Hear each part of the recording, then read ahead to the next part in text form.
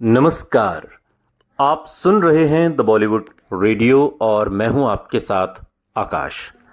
दोस्तों, आज के इस पॉडकास्ट में किस्सा राजेश खन्ना का और बात होगी धर्मेंद्र और मुमताज पर फिल्माए उस गाने की जिसको आवाज़ दी मोहम्मद रफ़ी ने, और यही गाना राजेश खन्ना के पतन का कारण बन गया। कहते हैं इसी गाने से राजेश खन्ना का डाउनफॉल शुरू हुआ और इसी गाने के बाद फिल्म इंडस्ट्री और ज़माने को लगा कि कुछ तो ऐसा है जो राजेश खन्ना को भी टक्कर दे सकता है। कौन सा वो गाना था और क्या है ये पूरा किस्सा, आज के पॉडकास्ट में हम आपको सुनाएंगे। क्योंकि बॉलीवुड में सबसे पहले जिस एक्टर को सुपरस्टार का टैग हासिल हुआ वो राजेश खन्ना थे। उन्होंने इंडस्ट्री को बैक टू बैक 15 सुपरहिट फिल्में दी और एक ऐसा रिकॉर्ड बनाया जिसे आज तक कोई नहीं तोड़ पाया। राजेश खन्ना के करियर का ग्राफ नीचे तब गया जब धर्मेंद्र कई हिट देने के बाद ऊपर उठ रहे थे और अमिताभ बच्चन की नई नई एंट्री हुई थी। राजेश खन्ना की फिल्मों में मोहम्मद रफ़ी ने गाने गाए हैं, लेकिन एक वक्त के बाद उनके लिए सिर्फ किशोर कुमार ही गाते थे और राजेश खन्ना की ये फरमाइश होती थी कि उनकी फिल्म के सारे गाने किशोर कुमार ही गाएंगे।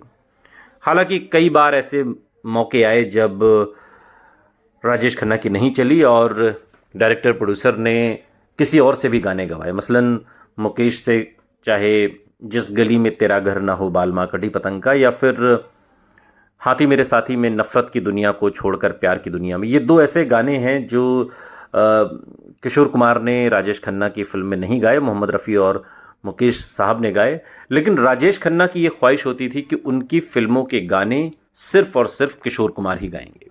और ये एक ऐसी तिकड़ी हम कहें उन दिनों बन गई थी, चाहे वो आर डी बर्मन हो, किशोरदा हो, राजेश खन्ना हो। ये जिस फिल्म में होंगे, फिल्म का सुपर डुपर हिट होना, उस गाने का मशहूर होना बिल्कुल 100% गारंटी के साथ तय था।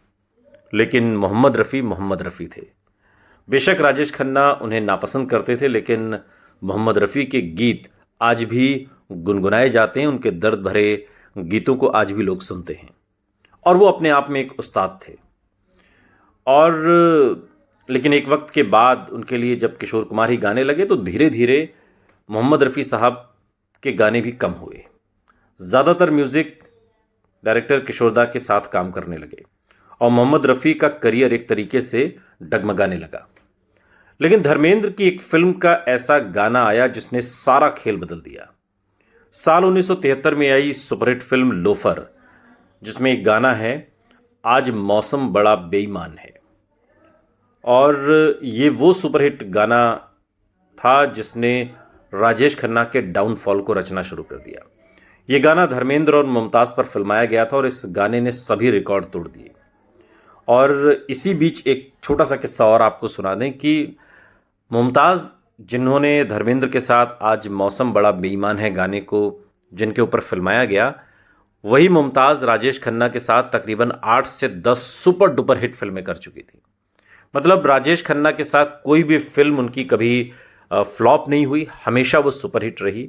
और राजेश खन्ना अक्सर ये मानते थे कि, और वो कहते भी थे मुमताज़ से, और मुमताज़ ने बाद के दिनों में एक इंटरव्यू में कहा भी कि वो ये बिल्कुल नहीं चाहते थे कि मैं किसी और के साथ कोई फिल्म साइन करूं।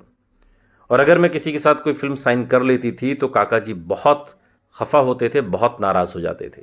हालांकि ये और बात है कि वो तमाम हीरोइंस के साथ काम करते थे, चाहे वो शर्मिला टैगोर हो, आशा पारेख हो, या कोई भी XYZ। लेकिन मैं अगर किसी और के साथ फिल्म साइन कर लूँ तो काका जी को दिक्कत हो जाती थी, उन्हें बहुत बहुत बुरी लगती थी। और इस फिल्म में यही हुआ। मुमताज़ ने धर्मेंद्र के साथ काम किया और गाना भी ऐसा जो राजेश खन्ना पर भारी पड़ गया। उस समय से लेकर आज तक ये गाना टॉप रोमांटिक एवरग्रीन सॉन्ग की लिस्ट में बना हुआ है। इस गाने से मोहम्मद रफ़ी की भी ज़बरदस्त वापसी हुई, जो कहीं किशोरदा के आने के बाद थोड़े से धुंधलाने लगे थे, या यूं कहिए कि लाइमलाइट से गायब होने लगे थे। डिमांड उनकी कम हो गई थी, क्योंकि किशोरदा उस दौर में राजेश खन्ना का जलवा था और किशोरदा ही उनके लिए गाते थे, तो एक तरीके से मोहम्मद रफ़ी भी ढलान पर जाने लगे थे। इस गाने ने मोहम्मद रफ़ी की ज़बरदस्त वापसी की, तो वहीं बाकी म्यूज़िक डायरेक्टर भी उन्हें साइन करने के लिए अब आगे आने लगे।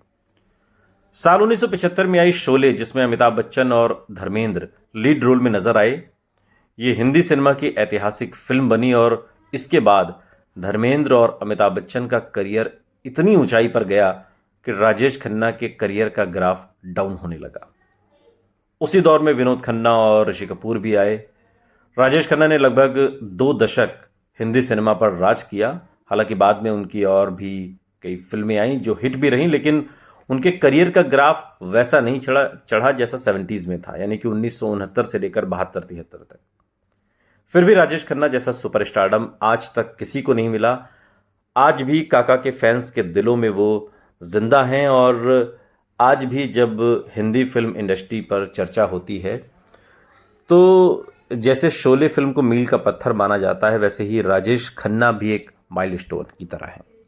वो भी एक मील का पत्थर हैं, यानी कि राजेश खन्ना का जो कालखंड था हिंदी फिल्म इंडस्ट्री को उससे पहले और उसके बाद के हिसाब से मूल्यांकन किया जाएगा। क्योंकि राजेश खन्ना जैसा सुपरस्टारडम तो दोबारा कोई हासिल कर ही नहीं सका। 15 back to back super duper hit फिल्में कोई दे ही नहीं सका। यही वजह है कि आज भी राजेश खन्ना इंडियन सिनेमा के पहले सुपरस्टार हैं, थे और शायद आगे भी रहेंगे, क्योंकि अभी तक तो उस रिकॉर्ड को कोई नहीं तोड़ पाया। सुनते रहिए द बॉलीवुड रेडियो, सुनता है सारा इंडिया।